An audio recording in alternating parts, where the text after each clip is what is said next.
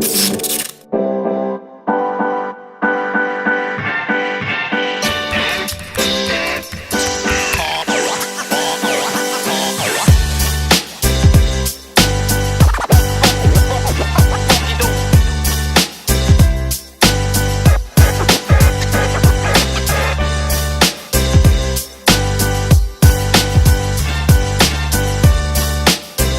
favor, uma salva de palmas para a Gol e para a Joana. Como a gente vai disputar com o barulho, a gente vai nesse bate-papo e vai passando algumas informações aqui que são para apoiar a nossa conversa. Legal. Mas vamos fazendo pergunta e se apresentando. Obrigado por todo mundo aí. Demais ter o selo risco aqui também. Que massa. Massa. Vamos em frente, então. Vamos conversar, vamos levar isso. Eu queria entender um pouco melhor, que vocês compartilhassem com a gente o surgimento mesmo do coletivo, né? Eu li uma espécie de manifesto de vocês e me chama a atenção também que a Joana está aqui, porque no começo era um grupo formado só por homens. E vocês se deram conta, opa, tá faltando alguma coisa dentro do nosso grupo também. E isso acabou ampliando, ou abrindo espaço para as mulheres também. Então vamos falar sobre as origens disso esse encontro dos amigos nessas áreas mais centrais da cidade. Legal. O grupo, inicialmente, ele começou em 4 amigos, que eles participavam de festas em rua, fazendo ocupação mesmo. E nessas festas eles se deram conta dessa relação um pouco diferente, porque o protagonismo, geralmente quem organizava as festas, em sua maioria, eram homens brancos. E a galera negra estava ali, às vezes tocando, às vezes ajudando a levar uma caixa, trazendo a produção, mas nunca no protagonismo. Principalmente nas festas de rua, no centro. Óbvio, quando você vai para a periferia, nos bailes funks não, é muito diferente. Mas como a gente enxerga o fluxo? A gente não enxerga como uma festa de rua, como uma ocupação política. A gente fala, mano, esses malucos estão fazendo barulho e eu não consigo dormir. A gente tem uma visão muito, muito ruim. E já uma festa no centro, trocando a mesma música, já é visto como uma coisa super cool, super legal, todo mundo descolado. E pra gente era estranho. E mesmo a gente, sendo, em sua maioria do grupo, é formado por negros de classe média baixa, que conseguiu ter uma ascensão. Quando a gente fazia essa ascensão, tinha essa ascensão, a gente percebia que a gente estava solitário. Na faculdade, você faz o teste do pescoço, que a gente fala, né, Jô? Você olha para o lado e você fala assim, opa, tem mais um pretinho ali, opa, mais um aqui. Eu trabalhei numa editora, que tinha mais de 7 mil funcionários, bacana de prova. Cara, tinham 3 negros trabalhando em redação. 3 negros, com um cargo de chefia. Só voltar para o início do grupo. O grupo começou aí, essas pessoas que se cruzavam nesses espaços se juntaram e começaram a fazer o coletivo, primeiro como festa. Ele nasceu como uma festa na rua e depois a gente foi percebendo a potência disso. Que, tipo, legal, a gente tem uma festa que tem 4 pretos tocando ali. A gente podia ter outras ações tendo 4 pretos tocando, 4 pretos junto. Esse gancho que você falou, Cazé, é bem interessante. De antes só tinha meninos mesmo. Sim. Porque eu acho que assim, qualquer coisa a gente reflete um pouco essa sociedade patriarcal. Então, assim, óbvio que era muito mais fácil para um monte de homem negro conseguir se trombar sexta-feira do que uma mulher que vai ter filho, que está grávida, que tem outras obrigações, né? E eu acho que também, eu acabei caindo no coletivo meio que no susto, assim. E aí, no dia que eu cheguei, que falaram, Jô, a gente queria te chamar para entrar no coletivo, eu falei, legal, vamos lá. Quando eu cheguei na primeira reunião, só tinha homem. Eu fiquei, o quê? Como assim? Só tem homem aqui. E não é nem só, tipo, a mulher negra, ela tem filho, ou... eu acho que é muito mais isso, assim, os homens acabam, querendo ou não, os homens acabam formando certos grupos e conversando entre eles, e aí eles formaram esse clube de homens, e agora sou eu e uma outra mulher, e eu acho extremamente importante, assim, porque a pauta da mulher negra, ela é completamente diferente da pauta do homem negro, sim, da pauta da mulher branca. Então, a mulher negra, ela ocupa outros espaços, assim. Eu não posso falar pela mulher negra de periferia, porque eu sou uma mulher negra de classe média, sempre fui, mas eu enxergo que a gente tem outras pautas e outras necessidades, e é como se a mulher negra fosse a pessoa que mais apanha na sociedade. Então, é importante estar dentro de um espaço que até então só tinha homem. Eu gostaria só de fazer uma complementação, uma experiência própria que eu vivi. A visão que a gente tem do mundo depende muito do ponto, né, da colina, do promontório em que a gente está, né? Então, se eu estou aqui, eu enxergo vocês aqui, tá? Eu consigo enxergar aqui, mas aqui eu não estou vendo, né? Você que está aí está enxergando de outra forma, tá? Né? A gente tem vivências e tudo. Acho que uma das maiores habilidades que a gente precisa desenvolver nesse momento é a de empatia, de conseguir se colocar no lugar do outro. Eu uma vez estava gravando uma matéria para a MTV e eu fui na Faculdade Zumbi dos Palmares, no centro, e a gente entrava, estava tudo combinado com o professor e tudo, e a gente entrava pela porta de trás da sala. E o professor estava lá, de frente para mim, os alunos de costas. Quando eu entrei, todo mundo, o teste do pescoço, aí todo mundo, uau, virou pra... E eu estava ali, e eu não me reconheci, e eu falei, nossa, eu sou diferente de todo mundo. E eu até me arrepio quando eu tive essa vivência, eu falei, nossa, eu sou diferente de todo mundo que está aqui. Ninguém me discriminou, nada disso, mas é uma primeira percepção que você tem, né, de cor, e você fica, essa experiência que vocês estão falando, de tá circulando pelo centro, por áreas mais abastadas da cidade, em que você não se reconhece, porque você não enxerga, não vê outras pessoas da mesma cor, né? Isso é muito forte, e é o tempo inteiro, o dia todo, né? E a gente às vezes, por exemplo, se você vai numa festa, quando a gente está em espaços, bom, aqui, né, a maioria das pessoas aqui é branca, e a gente já começa a enxergar esse espaço como se fosse um espaço de elite, porque se a maioria das pessoas é branca, logo a gente sabe que os negros não chegaram aqui, por quê? Porque isso aqui é um espaço de elite. A mesma coisa se você tem alguma grana e você, sei lá, vai numa festa no centro e aí tem muito negro nessas festas, tem muito negro ocupando os espaços. Daqui a pouco você fala, não, peraí, agora eu tô com fome, vou comer no restaurante mais legal aqui. Não tem, às vezes você é o único negro, assim. E é difícil, dói, esse momento dói. E aí pra gente, o que a gente percebeu? Ele falou assim... primeiro que o racismo não é um problema dos negros, né? A gente é a vítima, é um problema de todos, especialmente dos brancos, de quem pratica. Mas não adianta a gente só ficar cercado entre a gente e não pensar em estratégias para que tenham mais negros de classe média, para que quando você chegar na facul, quando você chegar no seu primeiro trabalho, você encontre vários brancos empáticos que sabem dessa dificuldade, você encontre outros negros e que todo mundo possa te ajudar. E aí a gente falou, cara, para ter realmente a diferença, é você ter o protagonismo, é você conseguir botar a sua visão da ideia, da história. Eu, por exemplo, eu trabalho com direção de arte. Cara, quem me contratar vai ter um olhar negro sobre o produto, sobre o que for que ele estiver fazendo. E o coletivo faz isso nas ações, a gente dá esse olhar negro. É esse viés, que muitas vezes é um olhar que as pessoas não têm. Por isso que pra gente bateu muito, né, de falar, legal, a gente aqui, 6 homens, a gente só tem uma perspectiva, como você disse, Cadê? A gente tem a perspectiva do homem negro, da classe média baixa, que teve uma ascensão. Agora, e aí, as mulheres? E os gays, e aí um monte de coisa que vai vindo. Óbvio que eu acho que tem que ser natural e espontâneo, né? Assim, a Jo tá com a gente, antes de tudo, porque ela é uma pessoa do caralho. Senão não estaria, sabe? Não é um guichê que você preenche e você entra. Tem que ter afinidade, tem que estar junto, tem que ter alguma coisa que liga ali, que passa por empatia, que passa por carisma. E aí, assim, as ações que a gente promove, o diferencial, você vai ver, vai ser isso. Você vai ter negros protagonistas. Que eu acho que é o que falta pouco. A gente vê mesmo artistas, né? Isso eu acabo trabalhando com muitos músicos. Você vê na maioria que às vezes tem muita cantora negra, né? Hoje a gente vai ter a Tássia, a MC Carol, enfim. Você vê que hoje em dia a mulher negra está em ascensão. Mas várias vezes você olha a produtora ou o empresário, nunca é negro. O cargo que ganha grana, que ajuda a estratégia, muito poucos deles são negros. Mesmo a maioria dos funkeiros, você vai ver o dono da produtora, é um cara branco, classe média alta, pode até ter crescido no bairro mesmo, tal, mas você vê que, tipo, a cara do branco negociando o cachê, falando de contrato, para a sociedade, dá muito mais respaldo. Sim. A gente quer tentar mudar isso, a gente está mudando isso, usando música, usando outros artifícios da cultura como resistência. Não, é isso. Não, é isso.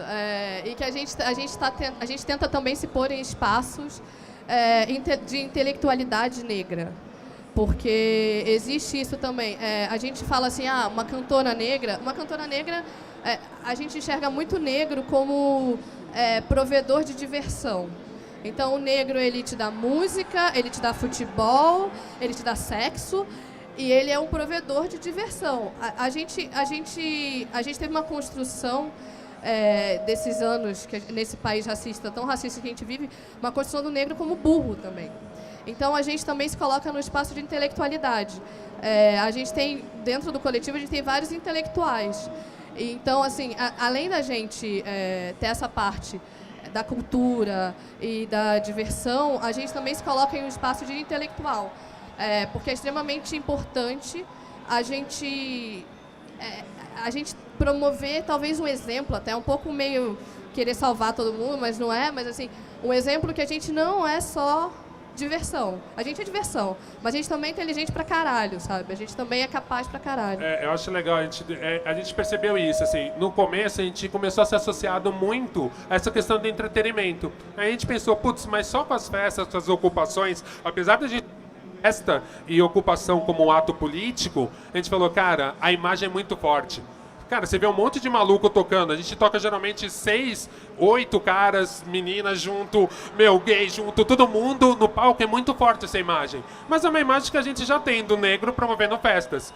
E aí a gente começou a pensar, putz, a gente tem que fazer mais conteúdo. No grupo tem antropólogo, tem sociólogo, e aí a gente começou a produzir. Primeiro, na página do Facebook, a gente começou a dar muito share. A gente acabou servindo como um curador de conteúdo. Esse texto é muito legal, vamos dar um share. A nossa página tem 10k de seguidores. Ela tem um alcance interessante e bem difundido, não só de negros, de brancos também. E aí a gente começou a produzir mais conteúdo.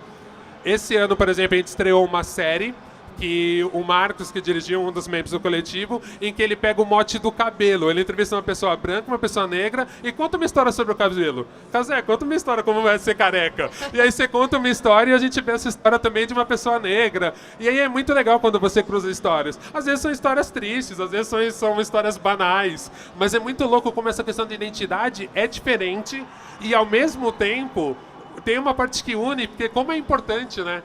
A autoimagem, a estética. Com certeza. Então, assim, a gente vai pensando. Depois a gente vai passando nos slides que tem mais enfim, coisas, mais ações exemplos, que a gente ilustrações. fez, enfim. Você atua mais na área de direção de arte. E você, Joana? Eu sou redatora de agência. Eu sou redatora publicitária, eu escrevo. Você é redatora publicitária. Nós somos dois vendidos, assim, pro sistema. Infiltrados, melhor. Infiltrados. Sim, é o hackeamento. Somos muito capitalistas. Pô, e na agência, quantas negras como negros tem? Como é bem complicado, assim.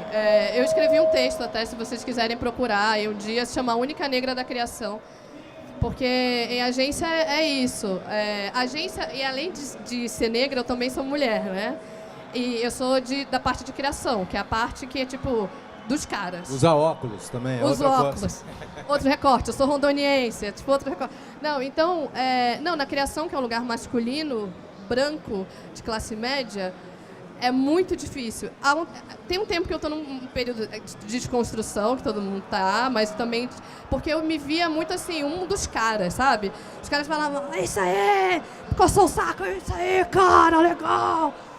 E aí eu fui virando mais assim, não pode falar isso, não pode fazer aquilo. E aí ser negra é também uma coisa muito complicada e difícil, porque as pessoas elas conseguem enxergar machismo. Se a gente começar a observar as propagandas dos últimos tempos, o machismo, ele está meio que... as marcas estão falando, não somos machistas, não queremos ser machistas. Então, quando você vai discutir com alguém sobre machismo, fala, pô, cara, acho que isso que você falou foi machista. A pessoa até entende, fala, realmente. Agora, quando você fala racista, tipo, você está xingando até a última geração da pessoa. Então, eu me vendo agora nas agências como uma mulher negra e eu falo, legal para você ter uma mulher negra, não é? Legal. Mas é extremamente difícil porque ainda é uma pauta muito delicada. Assim, as pessoas têm muita dificuldade em falar de racismo. Né? E reconhecer o racismo. É verdade. É muito difícil. Assim. O machismo, a gente está nesse período que... Né, o feminismo e tal. Agora, o racismo é extremamente difícil. Isso que você falou é verdade mesmo. Isso faz até um link com parte do manifesto, estou chamando de manifesto, que eu li de vocês. Referente a essa absorção e apropriação da cultura negra. Eu queria que vocês falassem assim, o negro meio como figura exótica, né? Não, vamos chamar um negro então, para compor a redação. Na minha festa vai ter um amigo negro. A gente fala do token. É o negro token. Token? É o token, que a gente às vezes só tá num lugar que é porque... Você tá ali decorando, como um totem. Você fica ali, pronto, a baguinha do pretinho temos aqui, como uma boy band, sabe? Você tem o pretinho, tem a japonesinha. Sim. É por isso que a gente...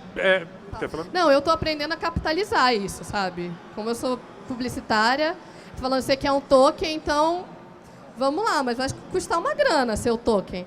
Mas eu tô tentando inverter a lógica do mercado, assim, sabe? Chamam a gente só porque a gente é negra, então vamos tentar fazer alguma coisa. Você participa de reuniões também, porque às vezes os criadores têm reunião com o cliente, né? Para explicar Sim. o planejamento, para explicar o conceito da campanha e tudo.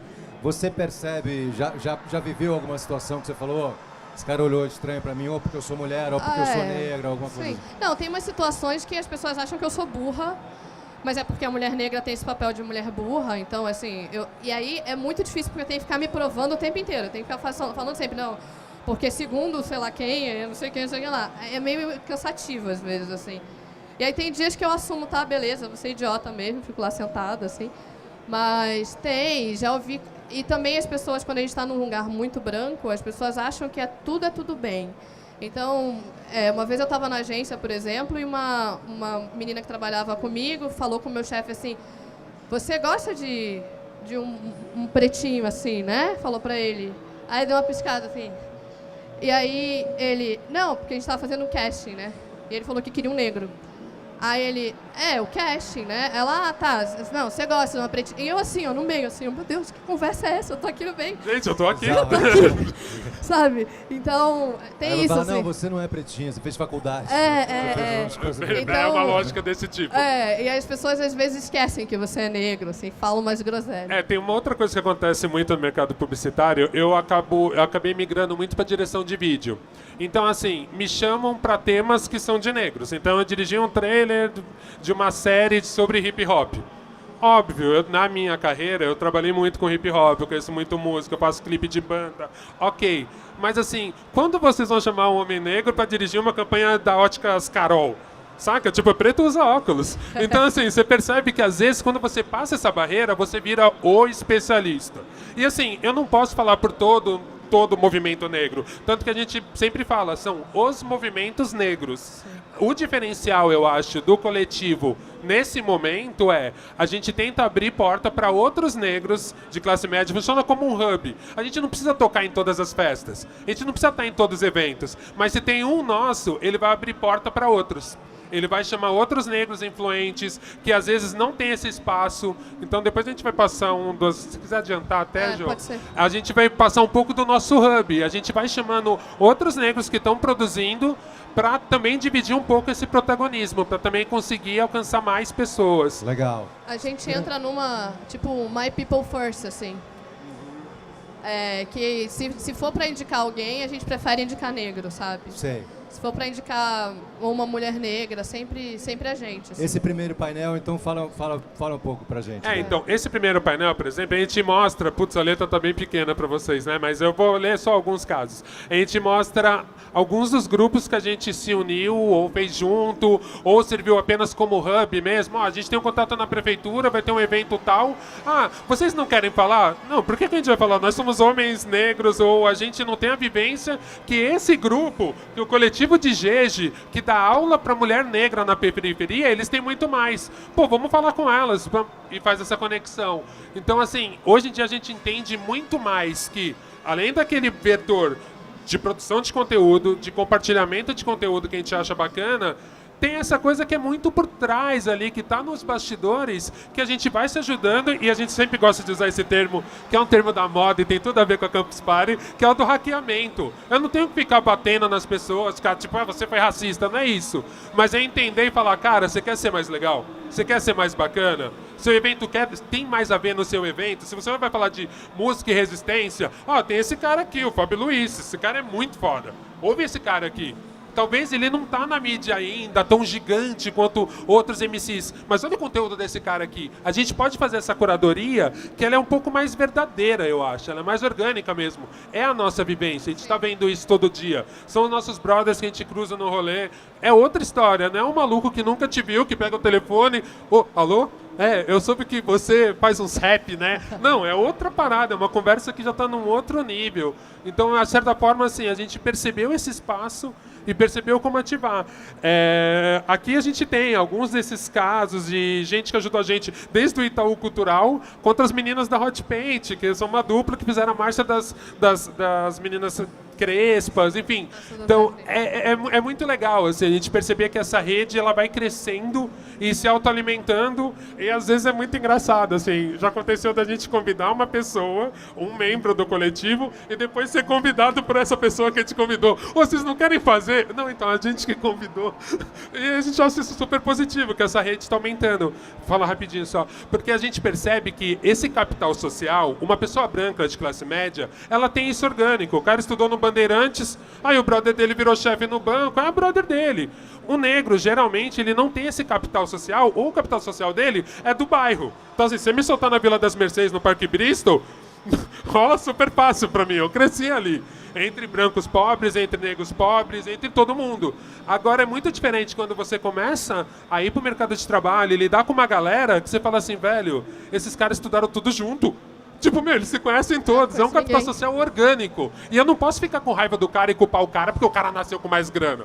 Mas eu tenho que construir o meu capital. Se esse cara foi legal e entendeu que eu tenho um trabalho, foi legal não, né? Enfim, entendeu que eu tenho um valor e que eu tô na empresa dele, eu tenho que aumentar esse hub para outros caras, para outros amigos conseguirem entrar nisso também. Não, é isso. Nosso papel como a gente está nos espaços que normalmente os negros não estão, por uma ascensão social ou por já estar nesses espaços, enfim, a gente tenta puxar, porque uma das coisas que a gente vê como extremamente importante é criar uma força negra, mas uma força negra que tenha capital, sabe? A gente é 54% da população brasileira, mas o nosso poder de compra ele não se reflete a 54% da população brasileira. O nosso trabalho é que a gente tente, né? A gente tente... e aí a gente vai puxando, assim, a gente vai puxando a galera pra... Vem com a gente, vem fazer as coisas, vamos fazer junto. E a gente percebe, né, Cazé, assim, infelizmente o negro começou a ser olhado há alguns anos atrás, que teve a ascensão da classe C, o negro começou a ser mais respeitado e olhado por causa do dinheiro. Né? Não é porque as pessoas tiveram uma consciência. Então a gente via toda a agência me chamando a Joana, vamos ver como a gente fala com essa classe C. E eu achava estranho, porque eu falava, velho, tem um monte de gente que é classe C aqui. Tipo, não fala como se fosse um ET, como se eles morassem em Marte. Assim, grande parte das pessoas são e estão ali. Mesmo você olhando a estatística do IBGE ali, tem um monte de gente que mas aí você começa a perceber que tem vários agravantes nisso. Que aí é quando você é negro, quando você tem traços nordestinos em São Paulo, e aí a pessoa não, tipo, já te entende como aquela coisa, ele te bota naquela caixinha. E às vezes você via que o cara falava assim, velho, calma aí, você não cresceu também ali, tipo, naquele bairro tal? O cara, cresci. Então, velho, desculpa, me dá um abraço, você é classe C. Agora vamos conversar, vamos passar além nessa conversa. Né? Porque a classe C é negra e a classe C, tipo, são coisas diferentes, né? Porque é isso, ser negro no Brasil não é legal. É diferente, Então, assim, isso foi muito interessante, assim, de ir percebendo que teve esse momento. Agora, como entramos em crise e o negro deixou de ter esse poder, ou está tendo menos esse poder, porque é o primeiro vulnerável socialmente, é o primeiro a perder emprego, a mulher negra nem se fala. A gente está num momento que é um momento que começa a ter um diálogo muito mais honesto. Porque, assim, há 4 anos atrás, há 10 anos atrás, vocês acostumaram a conviver com a gente em alguns lugares. Os negros começaram a consumir sua marca. Eles começaram a usar o óculos da Oakley, começaram a usar essas marcas. E agora? Vocês não querem mais a gente? A gente deixou de ser legal porque acabou o dinheiro?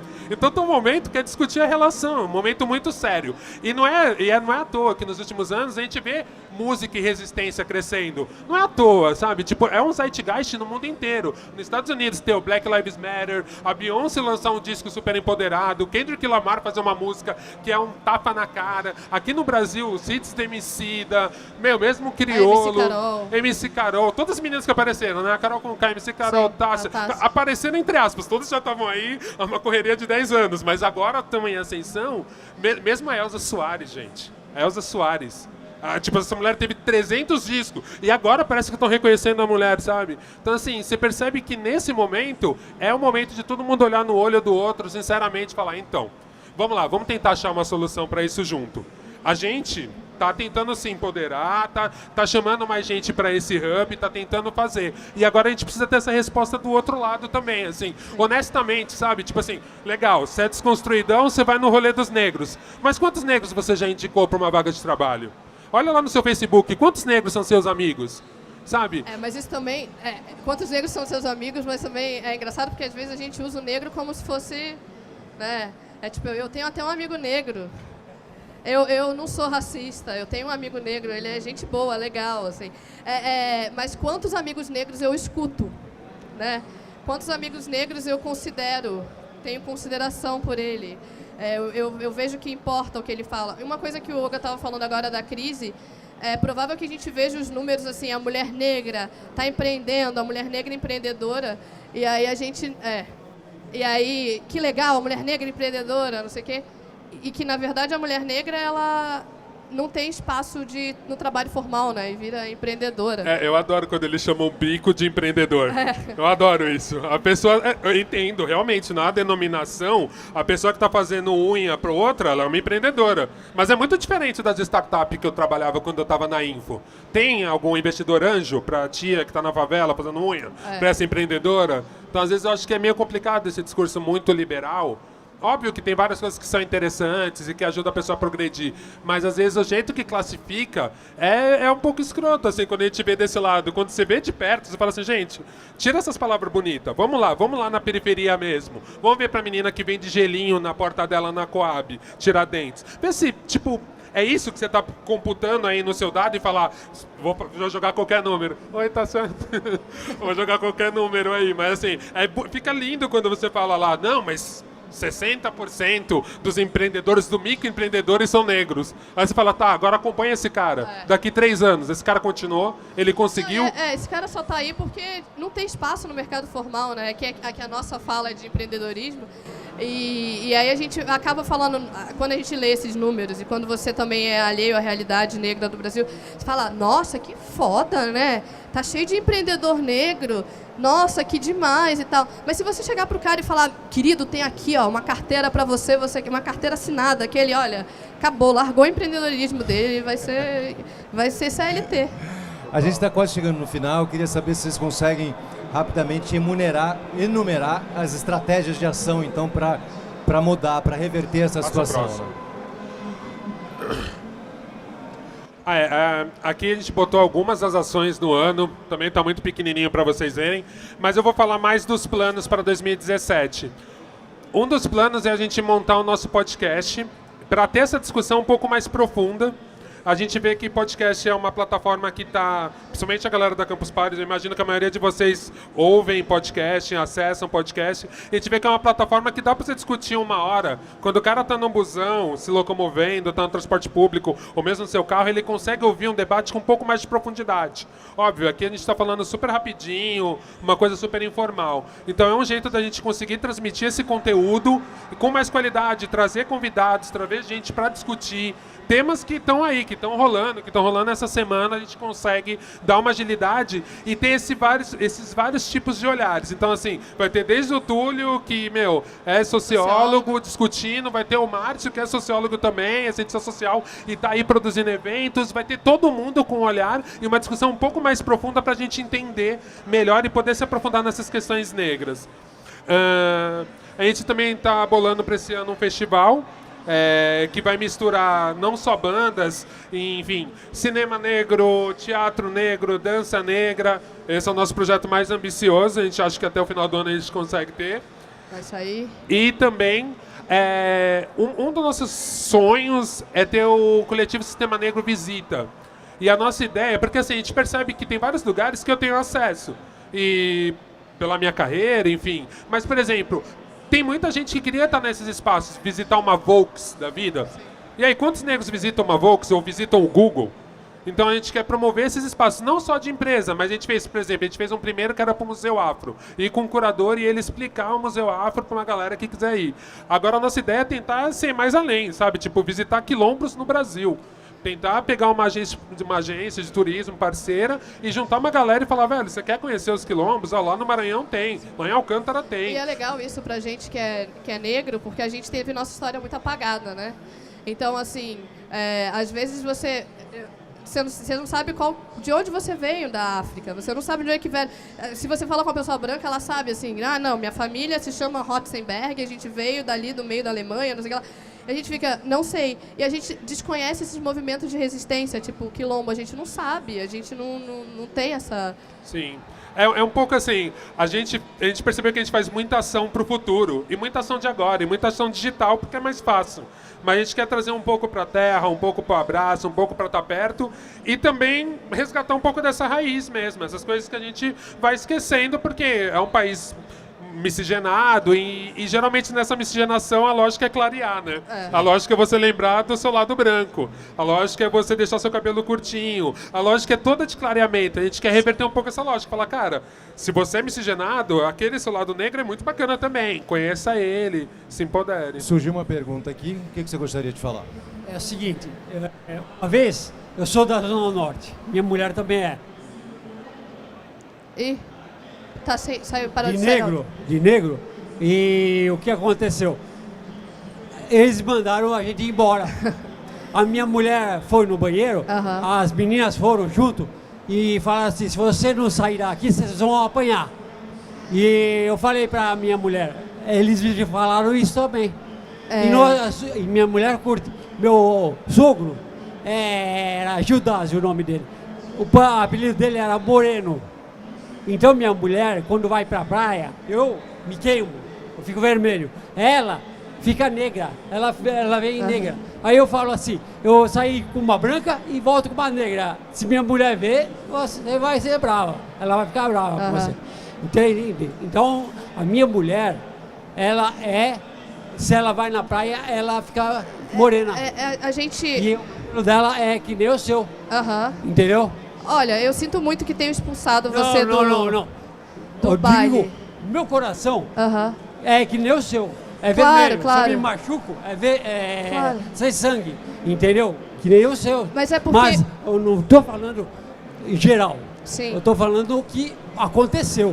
Não, claro, e eu sinto muito que isso tenha acontecido, que essas coisas acontecem, porque tem lugares, tem espaços que a gente quer ter alguma segurança e a gente considera negros, e esses espaços...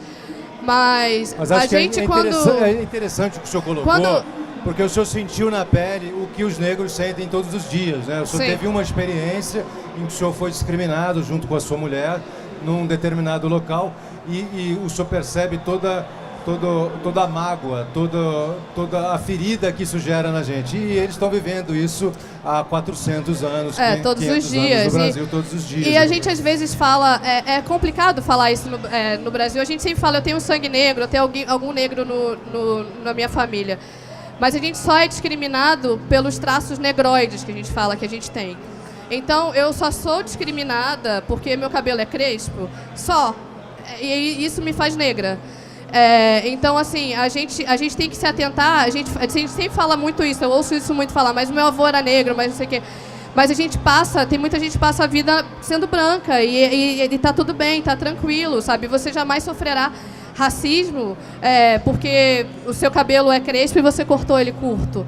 Você vai seguir sua vida, às vezes você só alisa o cabelo e tá tudo certo.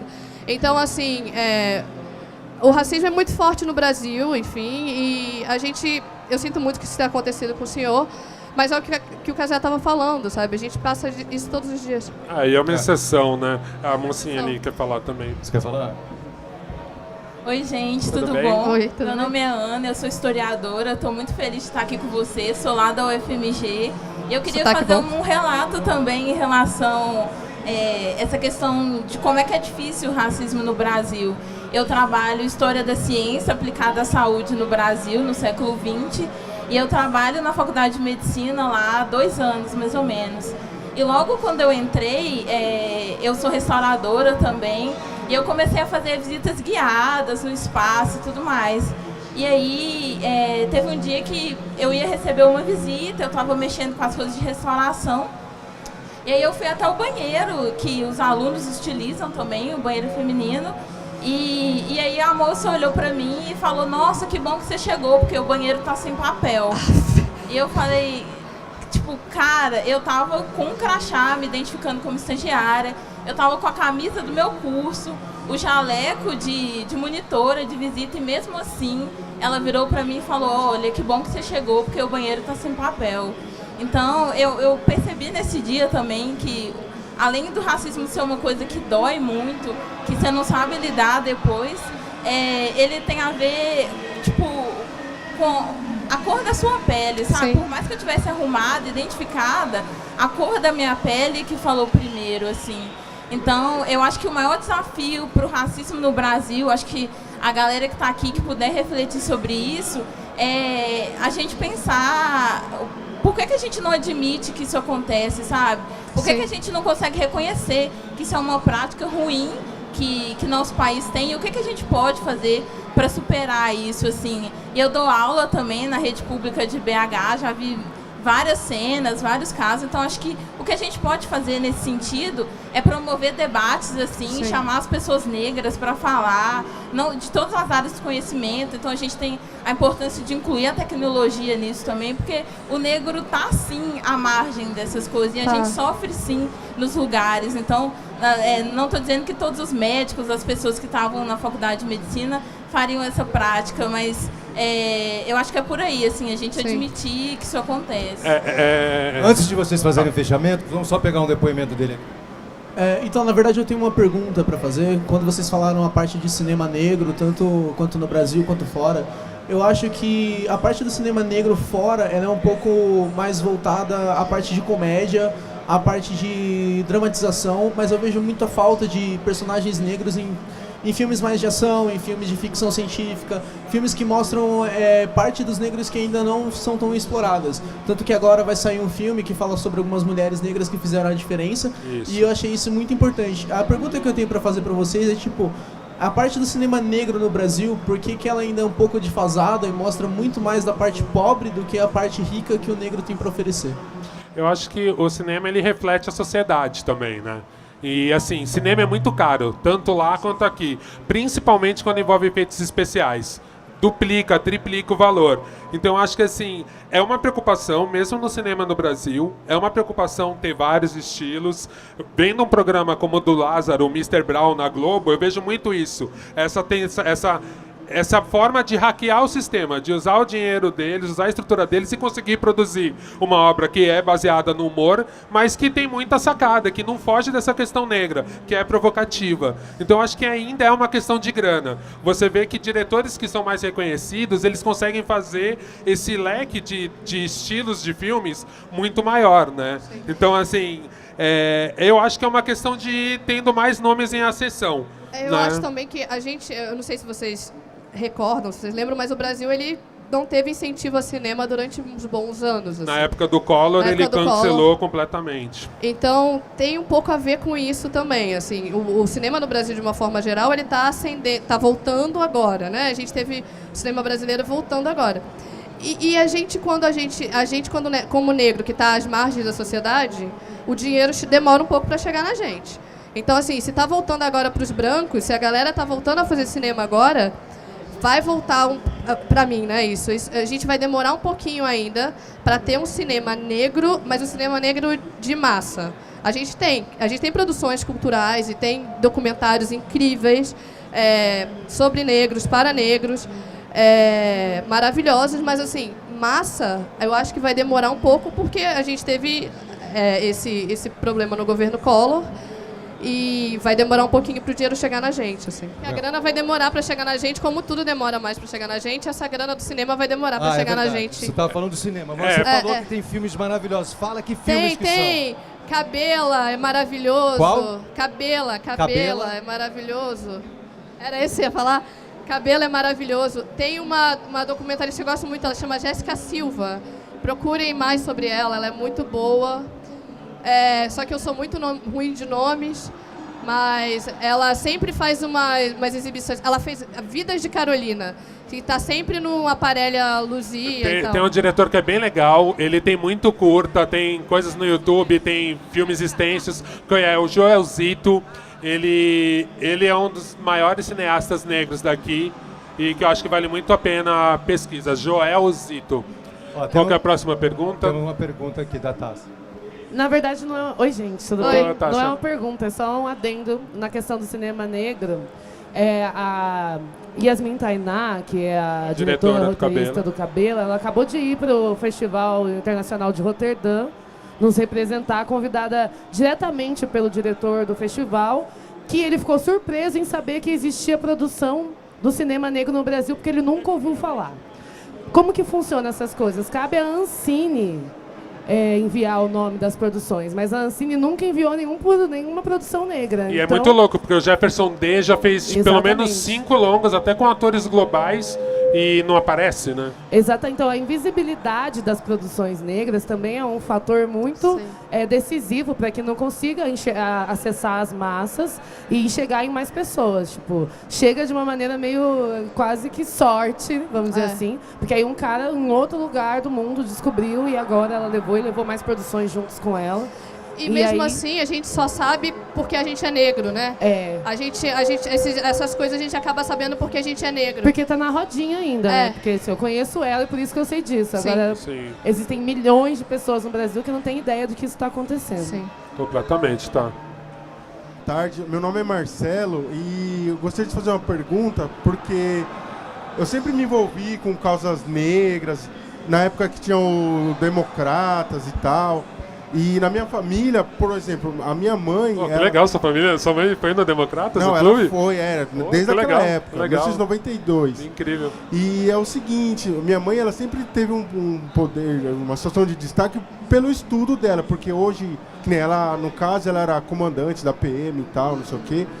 E ela sempre falou, você, no caso meus irmãos, né? Vocês são negros, e vocês são filhos de comandante. Então vocês têm que dar o exemplo por vocês serem filhos de quem são, porque vocês herdarem a raça que vocês herdam. E isso sempre me preocupou. Mas fugindo um pouco desse questionamento, eu entro em outro que é o seguinte. Eu trabalho na Prefeitura de São Paulo, uma subsidiária, desenvolvo sistemas lá e tal. E gostaria de saber se existe um projeto voltado para as ONGs na questão de formar jovens na parte de desenvolvimento de sistemas, na área de TI, na área de projetos. O que a pessoa que detém o conhecimento, onde que ela vai buscar a parceria? A gente tem um exemplo aqui, ó. Cadê? Foi embora. Cadê a Iana? Bom, minha amiga estava aqui. Ela tem é para mulheres, mas elas priorizam mulheres negras. Se chama Programaria, que é uma escola de programação para mulheres, mas quando elas fazem a seleção, elas priorizam mulheres negras. Mas é para o jovem negro, porque eu sei que o japonês se ajuda, o judeu se ajuda, e o negro, é até triste falar, porque o negro só se ajuda para ir no samba, para ir na escola de samba. O negro não se ajuda, vamos ali fazer um Enem, vamos ali... Então, mas é justamente esse ponto, né? A gente foi educado a não se agrupar. A gente foi educado a isso. E sempre quando a gente é miscigenado, então assim, se meu pai é branco, eu já viro moreno. Eu não sou negro, né? Então, assim, para a sociedade, é bom eu dar esse status e ficar distante desse lado. É diferente quando você vê em outras culturas menores que já vieram desse sofrimento. Os japoneses, judeus, eles já eles passaram por situações que eles tinham que se juntar mesmo. E eu acho que tem uma coisa também, desculpa, Olga, que é o nosso poder, de fato. A gente fala que os japoneses se juntam e que a gente, às vezes, não se junta. Eu acho que assim, existem iniciativas que agora a gente está se juntando, como o nosso coletivo é um exemplo, mas pode ser extremamente complicado. Assim, eu vou me juntar, mas eu não tenho o saber, sabe, necessário para aquilo. Eu vou me juntar, então a gente acaba a gente acaba indo para os espaços que são relegados a gente. A gente vai para o samba porque a gente é do samba, né? Deram isso pra gente. A gente não é da intelectualidade. Então, eu acho que a gente acaba fazendo essas coisas porque foi um espaço que foi dado pra gente. E eu acho que também, assim, é um problema que é de todos. A gente vai conseguir resolver quando a gente conseguir conversar com todo mundo. Óbvio que eu entendo quando você fala numa coisa prática. Pô, por que não tem uma escola? Tem algumas, tem mas algumas. Ainda é muito pouco, eu concordo contigo. Eu não sei, porque nem no meu caso, eu trabalho com a web faz 10, 12 anos e tal. Eu tenho um conhecimento, não digo que eu vou... é amplo, vamos falar assim, no modo geral. E eu gostaria muito de pegar o jovem da periferia lá, falar, meu irmão, você quer ser alguém na vida? Vem aqui, vamos estudar, a gente faz uma parceria com a prefeitura, mas eu queria saber aonde eu posso ir me oferecer. Mas você entende? É por isso que a gente fala muito do protagonismo. Se você fosse chefe na prefeitura, você ia conseguir implementar esse programa. Eu digo, por isso que eu falo, assim, a gente está lutando para ter esse protagonismo. Porque aí, mais pessoas como você, como eu, a gente consegue ter poder para conseguir fazer essa transformação.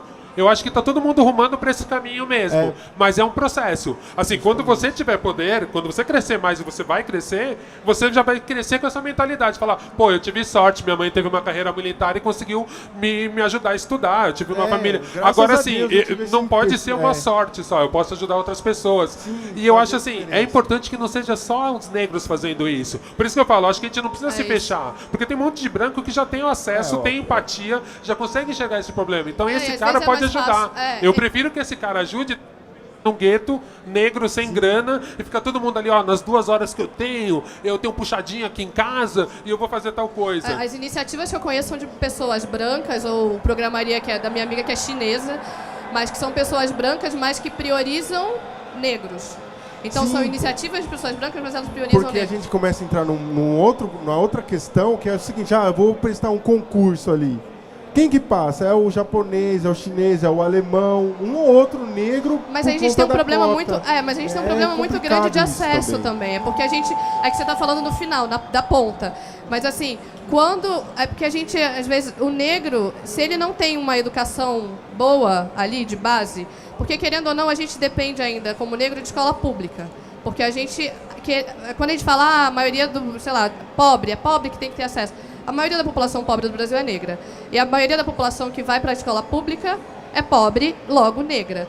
Então, quando a gente tem um ensino sucateado como o do Brasil, é muito difícil você conseguir chegar na ponta, que é um concurso, sabendo, assim, sendo diferentemente de um japonês, de um chinês, que a gente teve, que tem acesso. E tem uma questão da representatividade, né? A gente pensa no japonês, no chinês, no alemão como pessoas muito inteligentes. O japonês é o CDF.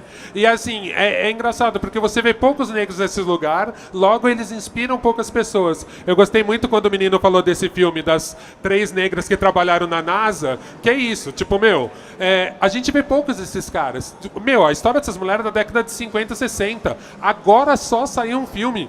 E aí, assim, a história sobre o Aaron Cohen, que foi um menino que, quebrou a internet, fez um esquema de hackeamento para tirar o conhecimento da faculdade e dividir, foi há 2 anos atrás que o moleque morreu, sei lá, 3 anos, e já tem um filme dele. Entendeu? A história negra, como tem poucos protagonistas com a câmera na mão, demora tipo 40 anos para ser contada, pra gente ter exemplos bons. E a gente vai chamar mais alguns protagonistas agora para fazer parte da nossa conversa. Obrigado, viu, gente? Valeu aí.